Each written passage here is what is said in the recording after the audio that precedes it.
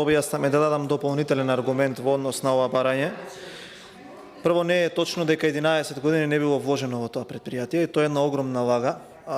Можете да видите, веќе ве упатам, има одлука на влада каде што е потпишан Мисајловски Владо како министер за транспорт и врски во тогашното раководство каде што директор беше Гајур Кадрију, преку агенцијата за одземен имот дадена е над во единици, еве ако сакате посебни возила, коли, тешки товарни возила, шлепери и така натака, над 50 возила се отстапени на предпријатието Македонија пат. Значи не е вистина дека не е вложено.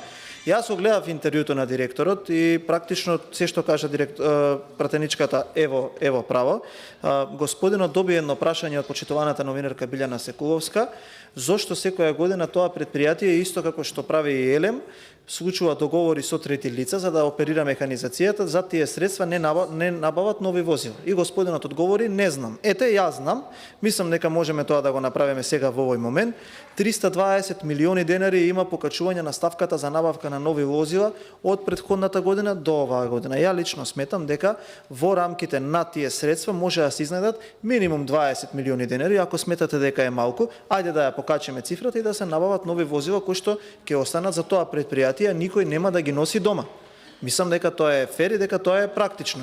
Заради тоа што јас нема да навлегувам во детали, моето мислење е дека предпријатието во последнава криза снежна можеше подобро да реагира, но доколку некој сметал дека и ова е доволно, да оставиме еден аманет од нас на крајот од нашиот мандат, да го изгласаме овој амандман, 20 милиони возила, колку може да набават, толку нека набават, но да помогнеме во флотата на предпријатието. Бидејќи е многу невкусно да имате можност да менаџирате некое предпријатие, 7 години да сте на власт, а да сте директор на Македонија пата да зборувате дека некој градел стиропор низ Скопје. Маталете се од тие ефтини политички флоскули, фокусирајте се на суштината.